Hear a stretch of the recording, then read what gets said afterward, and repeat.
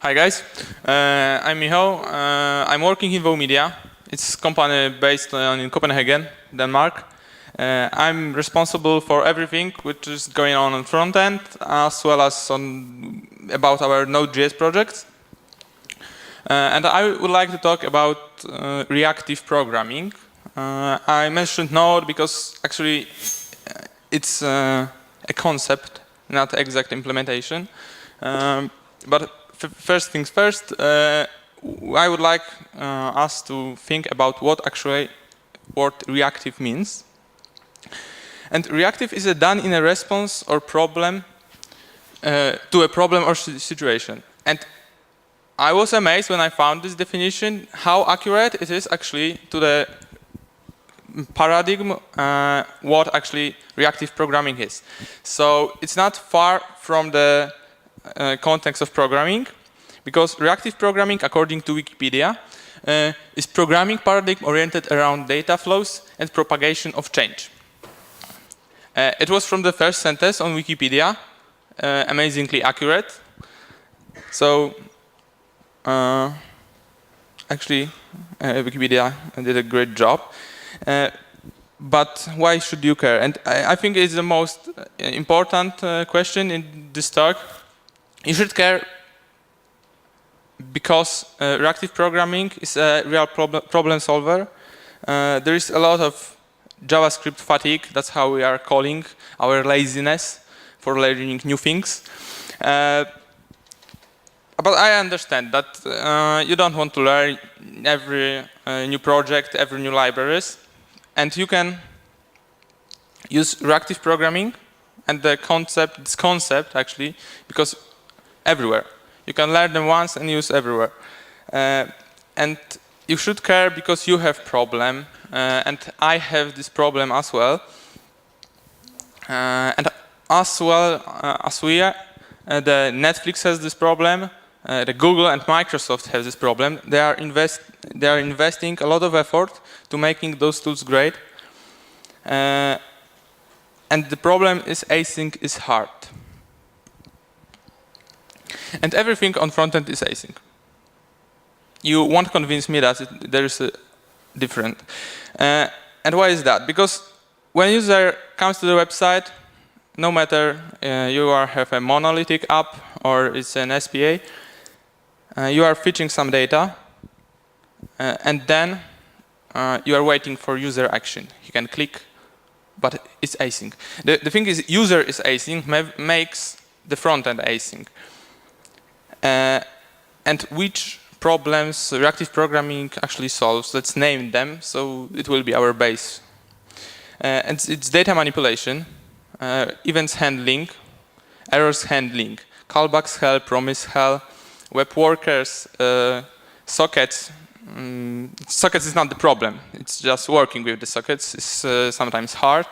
Managing updates of state, race conditions, complex state, state dependencies, memory leaks, and more. So there's a couple problems which can be solved using reactive programming. Actually, if you, during the presentation on after, find out the problem which cannot be solved with reactive programming, the problem, not your personal problem, but maybe problem connected with your work, then let me know. We can think about reactive way of solving this problem. But how it's so good? Because don't trust me at all, because I won't say a lot of bad things about reactive programming, only a little. So remember, don't trust people who are who don't have something bad to say about their technology. This is a simple addition. It's observer pattern, iterator pattern, and functional programming, and this comes down to reactive extensions. And reactive extensions is an API implemented in many technologies. So it embraces the idea of learning once and using everywhere. So, and what's the best proof of that is that there is a single documentation for all languages, for all implementations of this API of reactive extensions is the common for all languages. It's 80%, let's say, it's my guess, not actually fact. it's not related at all to your language. And this is my very scientific chart of async awesomeness. So there are promises, await async, and reactive JS. Because we are starting now to talk about this specific implementation in JavaScript. Let's everyone see that? Or I can make it bigger. Oh, I can make it bigger here. So is it okay? Okay. So let's analyze it. So what is happening here? It's the implementation of a function called user languages. It's responsible for fetching the languages of your repositories. So every repository on GitHub has main language or null. So actually we have to check that before adding it to array. So you're giving me the username, and I'm giving you in async way the list of your languages.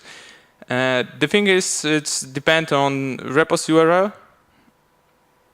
So there is a data dependency. We have to make another request. That's how it looks like in await async. And don't think about the code so much. Think about how it looks like. I think actually the promise looks better because the buzzword for await async is write async code in a synchronous way, which I don't think is advantage. Of course, try catch works, but promises have catch as well, which I think works better, just like that. So actually, of course, it's your choice, but I wouldn't choose promises over await async at the end. But my weapon of choice is actually reactive extensions. So I can create a clean code. Actually, it will be simpler. I don't have to hack the uniqueness. I have operator distinct, and I don't have to care. Testing this code will be harder than testing this code. Okay, because we don't have to test for the uniqueness. And this is true in many of examples. This is just one of them. And so we actually should verify the previous char. So callback sucks. Await async is worse than promises. Or someone has a different opinion. That's the good time. Shout, because I don't see you. Okay, so no one is shouting. Okay, so I won't be shouting as well. So let's now deep into the code. Observer pattern. But the last table on the presentation is very important table. Actually, very, very important. You have it's simple. You have some elements of JavaScript which pull data, from which you are pulling data, and there are elements, there are objects which pushing the data. So we have imperative approach and reactive approach, or synchronous approach and asynchronous approach. But thinking about it like pull and push is, I think, simpler. So this is observable. Observable is simple. You have next, next, next, and then 3 numbers. Nothing fancy here. The thing is you are subscribing, you're not using then.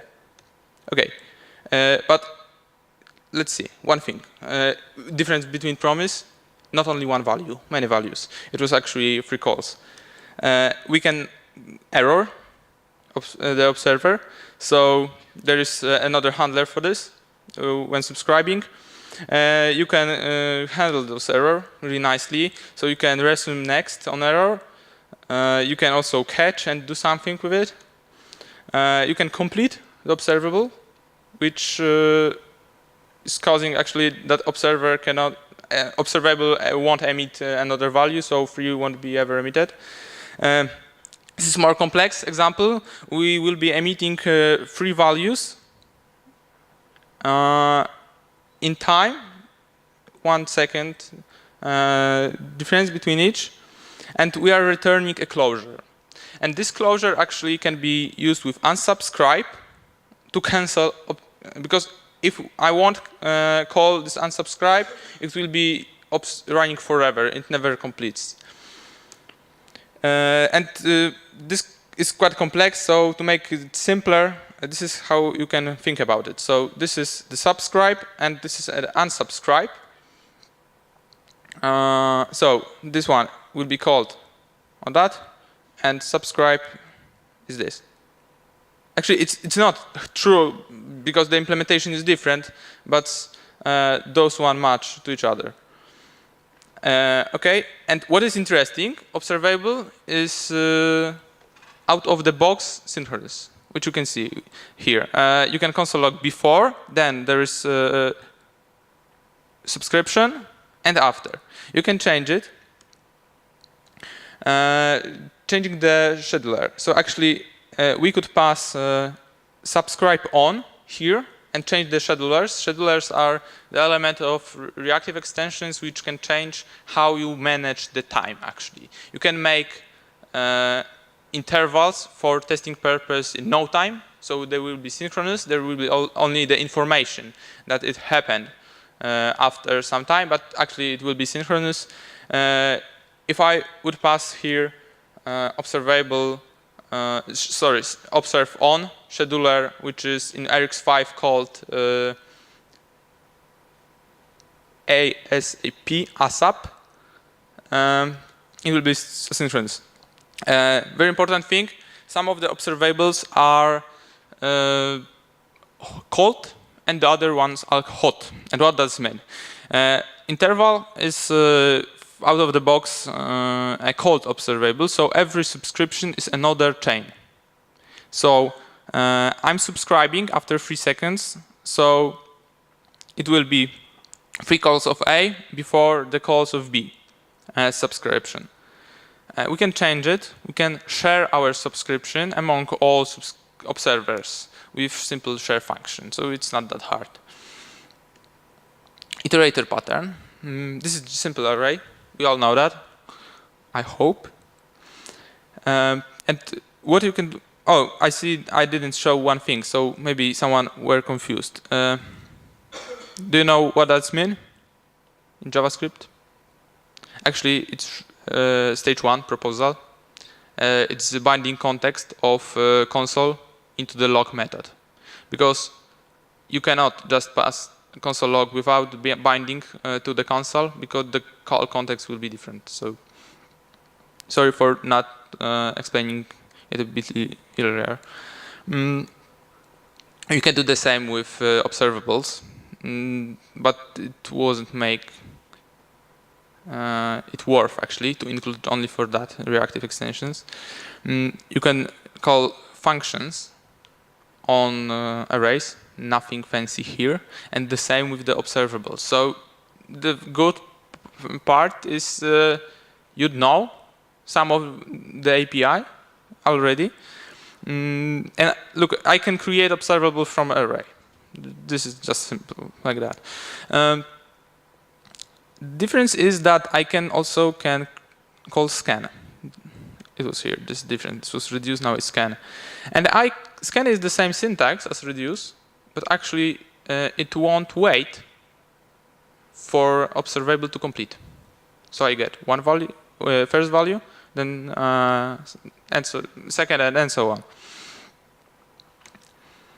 You can debug reactive code really easily with do function. Do doesn't do anything except of being there and being called with actually value. So the first to scan it was 1, and the sum of accumulator and the 1 is 1, and it were 3, and the sum of 3 and 1 is 4, and so on. So good point. And what is interesting also, the from works also for sets or any variables, so it's quite flexible. This is really impressive if you weren't impressed before. So you can call observable based on the promise. You can also create it based on the event. And that's really cool because you can, in this very moment, you can start treat your user as a function, which just returns, actually emits data. And you can create observable from WebSocket, no problem. You just have to just import because it's not the part of RX by default. You just import this part. RX is actually very modular. I'm not showing you this today, but you can import only observable, not all RX, and you can just import functions which are important for you, which you are needed. So, and functional programming is done with operators. Operators are functions which you can call on observables. And this is the small list of them. But this is actually the screen of the one of its primary directory for observables, but not the only one. But you don't need all of them. Seriously, the most useful, based on my experience, it's those I'm using 95% of the time I'm working on reactive extensions. I was so amazed by the possibilities that I actually learned all of those operators and forget them, because there were some I learned and never used them after that. So the primary one, will be talking about each of them. I will show the working code. Filter, flat map, concat map, reduce, scan, do, retry, catch, zip, group by, take, skip, publish, share, reply, with latest from, debounce, time, buffer, delay, plug, distinct until changed. And this is basically what you need for being efficient, really efficient with reactive extensions. So it's like Lodash or underscore for async, actually. Cycle.js. I have a question. Who is using reactive extensions? Okay, 1. Oh, 2. So I have another question, but now it's pointless. I would like to ask how many of them is using reactive extensions with React? Okay, so half. Okay, and who is using them with Angular? Okay. Oh, so it's more people than for the first question, how many people is using reactive extensions. So actually, the more people is using reactive extension with Angular than using reactive extensions. This was some race condition which you can solve with reactive programming. Okay, so Cycle.js is actually truly reactive framework, which is built only with observables. You don't have to learn it. It's, who can guess how many lines of code it is? I don't know who said 100, but it's true. It's actually without comments, it's 110. And that's the core. The big part is Doom driver. The big part is 300 lines. So for Angular, for people who are using Angular, it's nothing. Okay, and you can also use Cycle.js with React. I'm doing this with success, no problem. And it's not a big loss on bandwidth, because still, with Doom driver, it's 400 lines. Okay, so this is how it looks like. This is the basic example. You have a cycle from core repository and make Doom driver from the DOM. And what you can do is, this is the most important. You are running main with the drivers. And what is the main? Main is the function which accepts sources and returns sinks. And to understand what the sources and sinks are, the drivers are the key here. Because drivers are the idea of place where the side effects happens. To keep your application easily to test and debug, you should keep every side effect inside drivers. So we have changing the DOM is side effect. Console log is also side effect, but for testing purpose, you can of course use do console log, and so on. I will show you that the driver is deadly simple to create in a moment. But we have 10 minutes left, so I think I will. No, it's 20 minutes here. Haha. Okay. So this is example of to the app. Applause. Yeah. Thank you. Okay. So what we have here is a simple to the app. Actually, I get some requests about what to talk, and this is one of them. This is one of answer from Facebook question. This is how to integrate reactive extensions with React. Actually, because it truly React is not a reactive framework. The set state is imperative call, but it's perfectly fine and easy to use reactive extensions with React. And what I would like, and we will be implementing Flux actually. Sorry, Redux. And those are my actions. I didn't mention subjects, but subjects is really simple. It's observable, and at the same time it's observable. So you can call next on it, and you can subscribe to it. Okay. Another part of creating our own Redux is the root reducer. So I have this reducer, but in reactive application, we will have the stream of reducers. So we will be streaming functions based on the actions which were called. Then we have initial state. We have to start with something, right? And then there is those 4 lines, which shows how amazing reactive extensions are. Only 3 lines, and you have your own Redux. So you are merging the reducers. I'm merging one, but it's just for it will also can be an array of reducers. So, and there is then a scan. So it's like reduce, but it's not waiting for reducers to complete. It's never complete. And share reply. So we are share the same instance of state among all our components, and we are remembering one. So if you subscribe, you are sure that you will get at least one call of this function who subscribed. So the observer will be called always. Even the state wasn't changed, it will be the default state. Okay, so how to connect React component? It's deadly simple as well. So we have state. A state was our state observable of our state. So we are taking one, because only one, because we don't want to mutate state. And then in constructor we are subscribing and then setting the state. So only one such thing can happen. And then after mounting, we are creating our observer from set state. We binding the context. This is cool way of using also this function binding.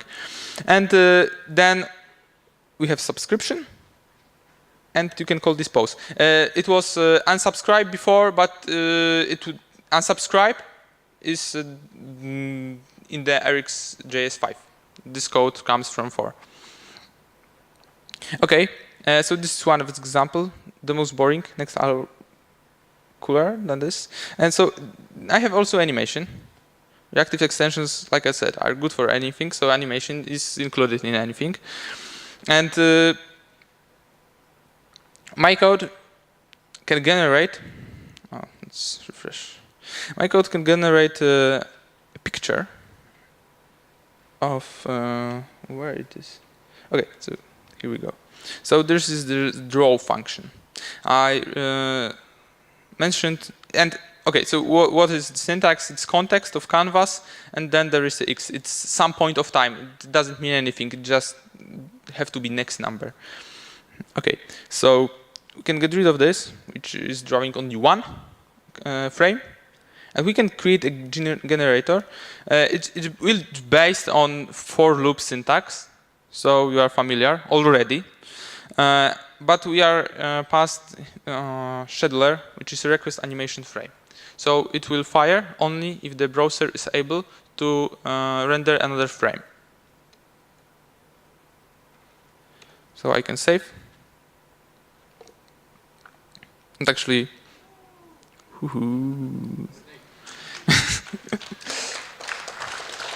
and okay, this is how the reactive extension looks like. Another example is user. Oh, this is really cool. User Ajax. What I have here. I'm using Virtual DOM, so it's just how reactive extensions are flexible. I can use my own implementation. I'm using the module, but how I'm managing it is actually my call. Okay, so the important thing is those reducers. We can call it's against of Redux and flags, but we can call Ajax calls in reducers. It doesn't matter because everything is observable. So what you can do is, I will show you how the app looks like. This is the app. I can click here and I'm giving details about my user. So it's working. I can then now stop my server and ask for another user, and then I'm retrying because it's failed. So when I restart the server, I have Jimmy, because in case of failure here, I'm just retrying when with the delay, and I will be retrying only for will be requiring for repeat 10 times. So it's so simple with reactive extensions. Okay, we have 2 minutes left, and there's a last example. Chat app. Written in Cycle.js. So what I can do is just create. It's working with WebSockets, so I can open another window. New nickname. There's name. Okay. But the cool thing is how the code looks like. So it's not more than 160 lines, and this is with Cycle. Unfortunately, we don't have time, but about talking every part of it. But what I would like to mention is just how simple it is to create a driver. So it's simple function which can accept some arguments. It's fully your call. And then it returns some objects with observables. The core of Cycle.js is that your components are consuming observables. Actually, everything is consuming observables. And you have this intent view model pattern where intent function are user actions. You can create state. It's the same. Like we saw, so it's Redux but in a Rix. I have model, so my business logic is not like model you get from your ORM. And view, which is simple, and you can actually use everything, every virtual DOM implementation. If you like using JSX, there's no problem with using JSX with Cycle. So you know a lot. This is how a component looks like. It's just function which can be easily tested because everything has only some inputs and returns some output without any side effects and any other dependencies. Okay, so 5 seconds left. Thank you.